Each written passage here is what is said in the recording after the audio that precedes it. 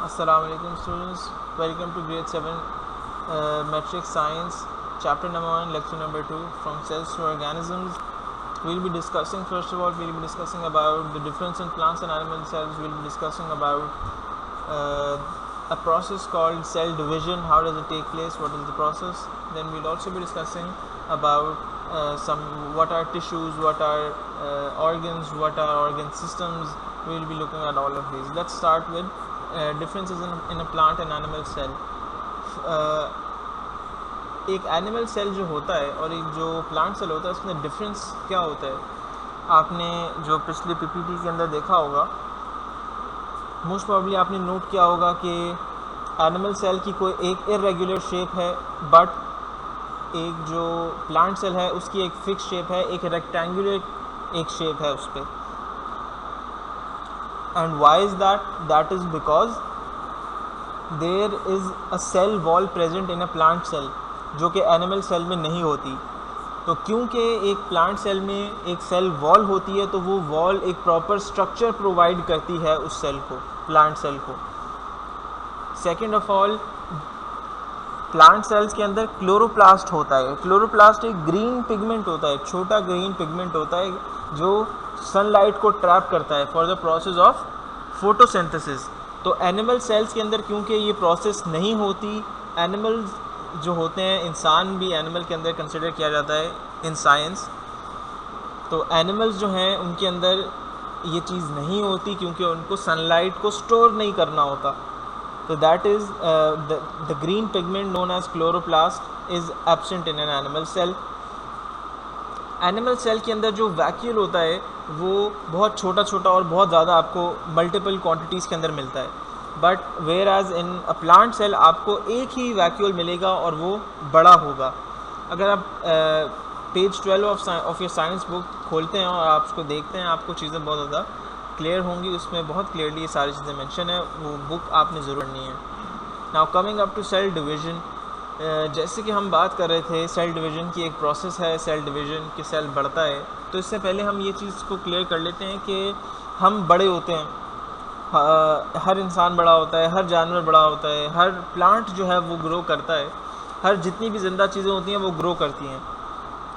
तो क्या ऐसा होता है कुछ उनके अंदर, उनके सेल्स के अंदर, क्या उनके सेल्स इंक्रीज़ करते रहते हैं या क्या उनके जो है सेल्स की नंबर क्वांटिटी इंक्रीज़ करती रहती है या उन सेल्स का जो है अमाउंट बढ़ती रहती है? क्या होता है उसके अंदर कि एक सेल जो इतना छोटा होता है क्या वो बड़ा होकर सेब की साइज़ जितना हो जाता है? क्या होता है? तो बेसिकली हम सेल डिवीज़न को इसके अंदर डिस्कस करेंगे. Cell division is a process by which parent cell divides into two और more daughter cells. Cell division usually occurs as a part of a larger cell cycle. अच्छा, इसके अंदर क्या होता है हमारे पास? इसके अंदर सबसे पहले इंपॉर्टेंट ये है कि सेल जो है वो ग्रो करता है, बड़ा होता है. जब एक अमाउंट, एक ऐसी क्वांटिटी के ऊपर आ जाता है, एक ऐसे साइज़ के ऊपर आ जाता है कि वो उससे बड़ा नहीं हो सकता, तो आहिस्ता आहिस्ता उसका न्यूक्लियस जो है वो डेवलप होता है, जो आपको डायग्राम के अंदर क्लियरली नज़र आ रहा है कि उसका न्यूक्लियस इंक्रीज़ कर रहा है, ग्रो कर रहा है. न्यूक्लियस प्रॉपर्ली ग्रो कर जाता है, उसका बॉडी काफ़ी बड़ी हो जाती है, प्रॉपर साइटोप्लाज्म आ गया, प्रॉपर जो है हमारे पास इसका वैक्यूल आ गया.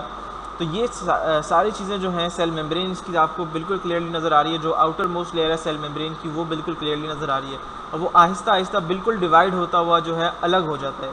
सो this is the process of cell division. इस तरीके से सेल डेवलप करते हैं और सेल बनते रहते हैं, बनते रहते हैं, बनते रहते हैं.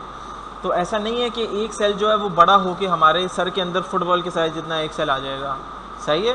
तो this is very important. Cell जो है that increases in size, that increases in number, quantity के अंदर इंक्रीज़ करता रहता है, साइज़ के अंदर इंक्रीज़ नहीं करता. सेल्स की बात करते हैं, कुछ सेल्स की बात कर लेते हैं and will talk about their functions. A red blood cell, red blood cell जो है, what does a red blood cell carry? A red blood cell carries haemoglobin, and in that haemoglobin red blood cells carry oxygen. Oxygen is very important for our body. Oxygen is very important for our muscles, for our tissues. हर चीज़ जो भी हमारे जिस्म के अंदर होती है वो oxygen की मदद से होती है। अगर हम सांस लेना छोड़ देंगे और तो we will die. And why is that? Because there is no oxygen. Coming up to a plant cell, plant cell के अंदर रूट्स होती हैं। उन रूट्स के अंदर क्या होते हैं? रूट हेयर सेल होते हैं। रूट हेयर सेल का काम ये होता है कि वो पानी जो सॉइल होता है उसमें से एक्स्ट्रा वाटर को एब्जॉर्ब करते हैं फ्रॉम द सॉइल, और वो क्या करते हैं, वो सॉइल से वाटर को एब्जॉर्ब करते हैं जिसके अंदर न्यूट्रिएंट्स होते हैं, मिनरल्स होते हैं, और वो फिर उसको यूज़ करते हैं। So that is very important. Coming up to the third example, we have a nerve cell. Nerve cells जो हैं वो इंसानों के अंदर भी होते हैं, जानवरों के अंदर भी होते हैं। नर्व सेल्स का काम ये होता है, ये सेंसरी ऑर्गन्स होते हैं, इफेक्टर ऑर्गन्स होते हैं। इनको सिग्नल्स मिलते हैं और ये आगे सिग्नल्स भेजते हैं। किसको? To the brain. ये ब्रेन को सिग्नल्स भेजते हैं कि आपने क्या करना है। कभी आपने किसी बहुत गर्म चीज़ को हाथ लगाया होगा, कभी आपने आयरन को हाथ लगा दिया होगा, आयरन से मुराद मेरा इस्त्री। आपने कभी किसी बॉइलिंग वाटर के कुकर को हाथ लगा दिया होगा। तो आप जब उसको हाथ लगाते हो तो आपने ये चीज़ फील की होगी कि 1 सेकंड 2 सेकंड का गैप आता है, फिर उसके बाद आपको फील होता है कि यार दिस इज़ वेरी हॉट, तो आप फ़ौरन अपना हाथ पीछे कर लेते हैं।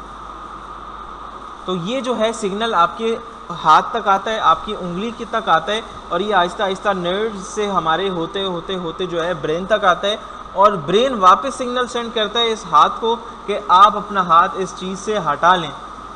तो ये नर्व सेल जो हैं बड़े इंपॉर्टेंट होते हैं, चाहे हम रेड ब्लड सेल की किसी भी सेल की बात करें, बड़े इंपॉर्टेंट होते हैं। तो ये एक हमारे पास जो है नर्व सेल ह्यूमंस के अंदर, एनिमल्स के अंदर होता है। ये एक इफेक्टर ऑर्गन होता है। ये इफेक्टर ऑर्गन के इम्पैक्ट करता है, ऑर्गन्स को इम्पैक्ट करता है, ये सिग्नल सेंड करता है। Now coming up to tissues. हमने सेल्स की बात कर ली कि सेल्स क्या होते हैं, basic building block of life हैं, ये सब चीज़ें we are well aware of, ये सब चीज़ें आप पढ़ चुके हैं पहले ग्रेड 6 में भी। टिश्यूज़ की अगर बात करते हैं, टिश्यूज़ क्या होते हैं, डेफिनेशन क्या है टिश्यूज़ की? When a group of cells gets clustered together, और वो एक टाइप के हों सेल्स, तो वो एक टिश्यू बना लेते हैं। टिश्यू का एग्जांपल क्या है? हमारे पास डर्मल है, vascular tissue, these are examples of our tissues. they are present in plants, they are not in animals.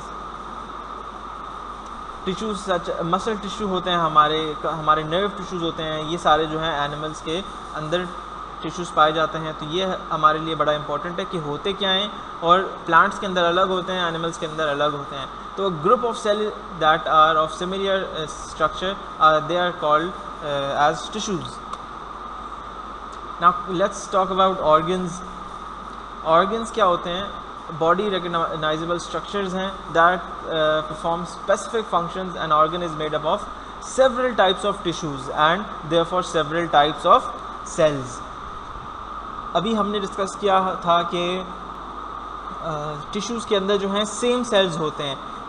Organs के अंदर क्या होता है कि क्योंकि ऑर्गन्स के अंदर टिश्यूज़ डिफरेंट होते हैं, there are different tissues that we are using, so it means that there are different cells as well.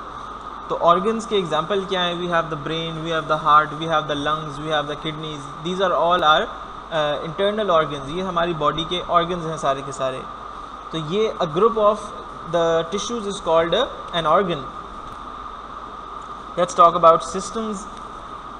जब हमारे पास सिस्टम्स के अंदर का कैसे बनते हैं सिस्टम, जब डिफरेंट ऑर्गन्स प्रॉपरली लिंक हो जाते हैं किसी ना किसी तरीके से, तो that is called our systems, that is called a body system. हमारी बॉडी के अंदर बेसिकली मेन जो हैं वो 6 सिस्टम्स हैं। नर्वस सिस्टम है हमारे पास, blood circulatory system, digestive system, skeletal system, muscular system है, रेस्पिरेटरी सिस्टम है। इन सब के अंदर डिफरेंट ऑर्गन्स जो हैं वो इम्पैक्ट हो रहे होते हैं। Let's talk about the nervous system. Nervous system में हमारे पास brain, nerve and spinal cord, ये 3 चीज़ें आती हैं। Let's talk about the blood circulatory system. इसके अंदर हमारे पास 3 ऑर्गन्स कौन से आते हैं? एक हार्ट, एक आर्टरीज आती हैं, और थर्ड ऑफ ऑल वेन्स आती हैं। लाइकवाइज हमारे पास अगर मस्कुलर सिस्टम की बात करें तो हमारे पास सिर्फ उसके अंदर मसल्स आते हैं। रेस्पिरेटरी सिस्टम की बात करते हैं कि हम सांस कैसे लेते हैं, रेस्पायर कैसे करते हैं, तो हमारी नोज़, हमारा ट्रैकिया, हमारा ब्रोंकस एंड हमारी लंग्स, ये 4 चीज़ें हमारे आती हैं, ये आपको बुक के अंदर मिल जाएगा बिल्कुल पेज नंबर 23 के ऊपर। This is very important. इसके बगैर जो है इसकी प्रॉपर आपको जो है ये बड़े स्मूथली चलता है, बड़ा इजी है। सेल हैं, सेल क्या बनाते हैं, cell group of cells tissues बनाते हैं, टिश्यूज़ मिलते हैं तो वो ऑर्गन्स बना जाते हैं, जब डिफरेंट ऑर्गन्स मिल जाते हैं तो वो सिस्टम्स बना देते हैं।